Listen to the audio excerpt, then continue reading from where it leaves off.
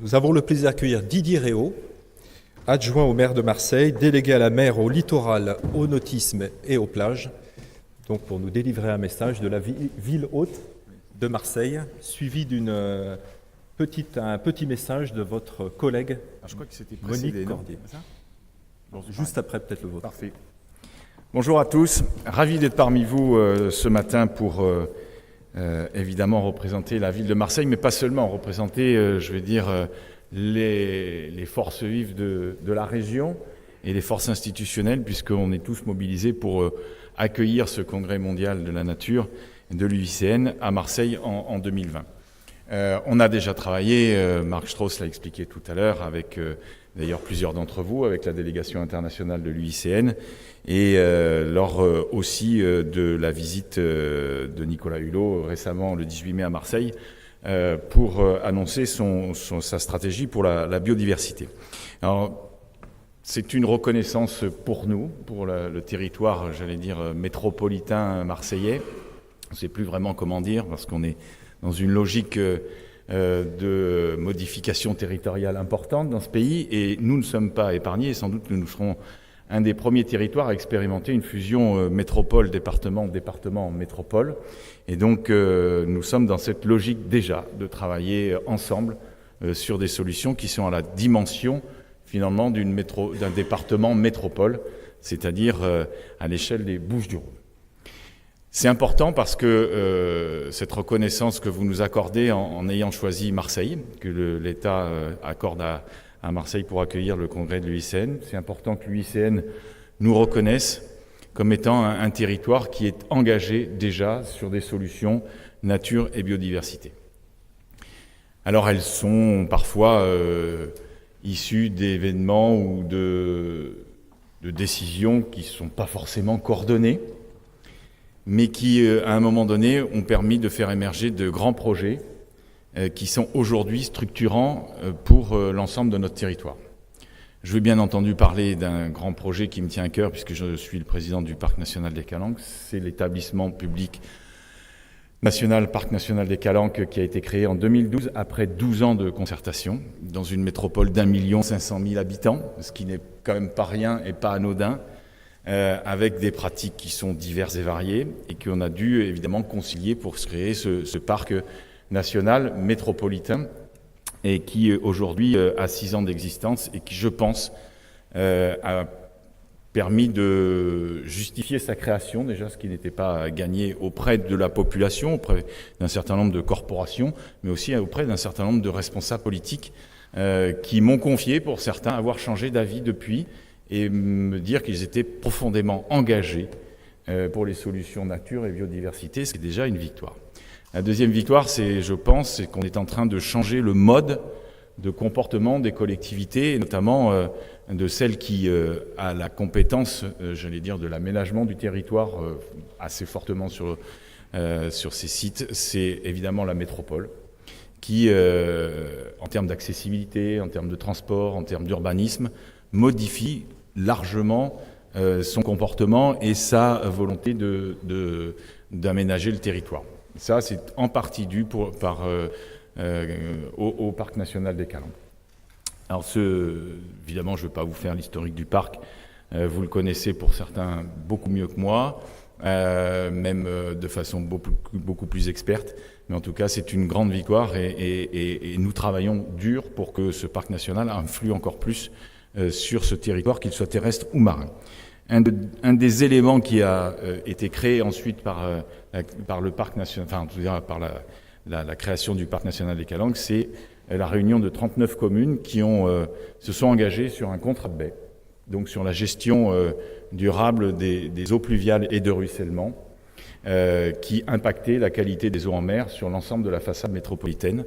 Et donc ces 39 communes, avant la création de la métropole, ont décidé de participer à ce contrat de baie, avec bien entendu la forte influence financière de l'Agence de l'eau, ça compte, et donc qui aujourd'hui, en 4 ans d'existence, nous a permis de nettement améliorer la qualité de nos eaux de baignade. C'était un des objectifs, techniques de l'Agence de l'eau, mais surtout la qualité des eaux en mer qui permet d'avoir un retour de la biodiversité en mer nettement plus important que ce que nous avions imaginé. Et puis un des premiers outils que nous avons utilisés dans la rade de Marseille pour réparer les erreurs du passé, c'est l'implantation d'un récif artificiel qui est le plus grand récif artificiel d'Europe, en volume et en surface. C'est à peu près, pour ceux qui connaissent, la surface de l'archipel du Frioul sous l'eau, à quelques encablures du rivage des plages de Marseille, à peu près 1,5 km du parc Chanot.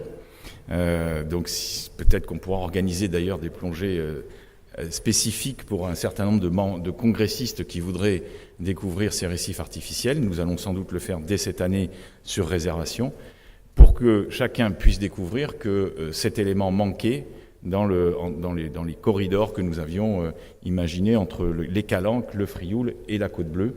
Nous avions un manque, et ce manque avait été créé par l'homme, puisque c'est au moment où on a créé les lignes de métro qu'a présenté M. Strauss. Les remblais ont été malheureusement utilisés pour construire les plages du Prades.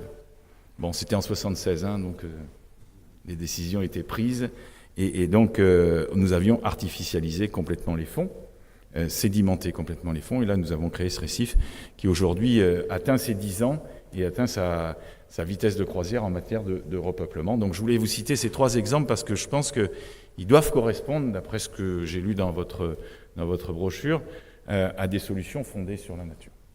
Dans le sens où ils restaurent, ils gèrent et ils préservent les écosystèmes. Donc voilà, on est dans j'en ai cité 3, il y en a d'autres, on est dans ces logiques-là, et c'est sans doute un peu pour ça que finalement le choix a été porté sur Marseille. Alors je voudrais vous dire également que nous avons évidemment des partenariats qui sont à la fois internationaux, à la fois avec d'autres établissements, sur les petites îles durables, vous en avez parlé tout à l'heure. Nous avons mis en place déjà des aires marines éducatives dès cette année. 3 écoles suivent ces aires marines éducatives. Une d'entre elles a été présentée à Nicolas Hulot, le ministre lorsqu'il est venu, et il a été fortement intéressé. Ça s'est fait sur l'archipel du Frioul, qui est en cœur de parc. Et donc nous avons également pu accueillir, il y a quelques années, c'était il y a 5 ans maintenant, le Congrès mondial des aires marines protégées, Impact 3, qui avait permis aussi là de progresser sur un certain nombre de sujets, et surtout d'alerter le grand public sur la biodiversité marine, ce qui n'était pas forcément bien ancré dans les têtes à Marseille. Vous dire que déjà, le fait que le Congrès mondial de la nature se tienne à Marseille en juin 2020 influe sur des décisions qui devaient être prises et qui vont être accélérées. On a du mal parfois à influencer les grands responsables politiques sur la biodiversité. Alors évidemment, je suis dans 2 collectivités, adjoint au maire à Marseille, vice-président du département, je m'occupe des finances au département. Mais ça aide aussi. Et puis finalement, on gère un patrimoine, qu'il soit financier ou naturel. C'est la même gestion si on veut le gérer en bon père de famille. Et du coup, on va accélérer un certain nombre de décisions. La ville de Marseille s'est maintenant lancée sur une stratégie locale de biodiversité, où les réunions maintenant s'enchaînent pour développer, et Monique Cordier en parlera tout à l'heure dans sa brève intervention, pour développer une vraie stratégie sur ce territoire, pas seulement marseillais, mais métropolitain, puisqu'on anticipe cette fusion dont je vous ai parlé. C'est évidemment la mise en relation, la mise en réseau de sites exceptionnels que nous avons sur l'ensemble de ce territoire. De la Camargue, à l'étang de Berre, aux Alpilles, la Sainte-Victoire, la Sainte-Baume, la Côte-Bleue, les Calanques. Tout ça forme un réseau, en tout cas un patchwork de sites exceptionnels pour la nature et la biodiversité qui doivent absolument être mis en réseau. Nous avons un certain nombre de fleuves côtiers qui sont aussi des réservoirs de biodiversité et des corridors importants pour la biodiversité. Et là, voilà, ça sera notre travail des années à venir. Alors en relation bien sûr avec l'Agence de l'eau qui de plus en plus intervient sur les questions de biodiversité. Et c'est normal, puisque quand on parle de trouver des solutions pour les événements climatiques que nous connaissons aujourd'hui, notamment les inondations, eh bien on revient à des solutions qui sont beaucoup moins infrastructurées et qui deviennent de beaucoup plus naturelles. les conséquences de la loi sur la GEMAPI, la gestion des milieux aquatiques, et pas encore dans toutes les têtes. On est plutôt sur encore des infrastructures, mais en tout cas, moi je milite pour que la gestion des milieux aquatiques et les zones d'expansion de crues, la désimperméabilisation des sols, soient des solutions qui soient plus rapidement et plus fortement encouragées. Donc voilà, on est dans cette démarche-là. Donc le congrès 2020 nous permettra de mettre un phare et un coup de projecteur sur nos actions, et nos actions permettront de donner, j'espère, encore plus de corps à ce congrès et faire que la mobilisation du public, qui est un de vos objectifs et qui est un de nos objectifs, soit la plus forte possible pour ce congrès 2020. Je voudrais saluer les équipes qui sont là présentes du département et de la ville de Marseille, et notamment Christelle Georges qui, au sein de la ville, est la personne qui est chargée du travail sur le congrès 2020. Donc voilà, vous pouvez tout lui demander, tout lui adresser. Elle est disponible pour le congrès. Elle est disponible, et croyez bien que je suis attentivement avec Monique Cordier la création de ce congrès. Jean-Claude Gaudin est engagé là-dedans aussi, et Martine Vassal pour le département, et Renaud Muselier, bien entendu, avec ses compétences biodiversité, est engagé sur ces sujets-là. Donc croyez bien que nous sommes tous unis sur cette affaire-là, et donc nous en assurerons le succès avec vous. Merci à tous de m'avoir invité.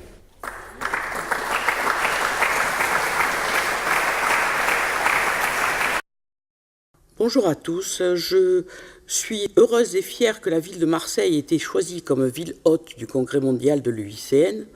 Bien sûr, pour nous, c'est la preuve que nos efforts et nos projets qui ont été mis en œuvre depuis des décennies ont été remarqués, mais il ne faut pas que nous nous arrêtions là. Il faut encore plus, pour 2020, mobiliser les Marseillais et tout le territoire autour des enjeux de la nature et de la biodiversité. 2020, c'est une échéance majeure pour la biodiversité. Et la ville de Marseille a vraiment conscience de cet enjeu. C'est pour ça que nous allons adopter une stratégie locale de biodiversité à la rentrée et la faire voter par le conseil municipal, une stratégie locale de biodiversité qui concerne aussi bien la terre que la mer, la zone urbaine que les zones de frange, les espaces verts, les espaces naturels, et elle sera vraiment un geste fort du territoire pour le territoire. Et il y aura une montée en puissance des actions mises en œuvre jusqu'en 2020. La stratégie locale de biodiversité se fera avec l'appui technique et l'expertise du comité français de l'UICN. Merci de votre soutien. Mais parler de la richesse de la démarche avec ce comité technique élargi, c'est aussi parler de tous ceux qui vont participer.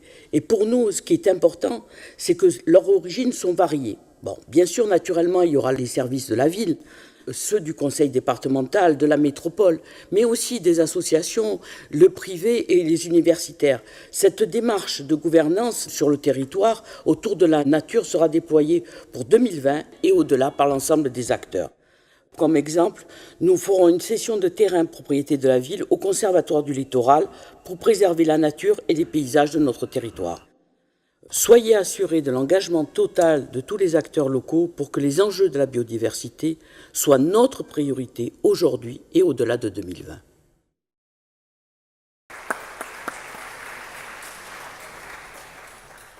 Voilà, donc c'était le message de Madame Monique Cordier, adjointe au maire de Marseille, déléguée aux espaces naturels, parcs et jardins et au développement durable et au plan climat, pour être complet.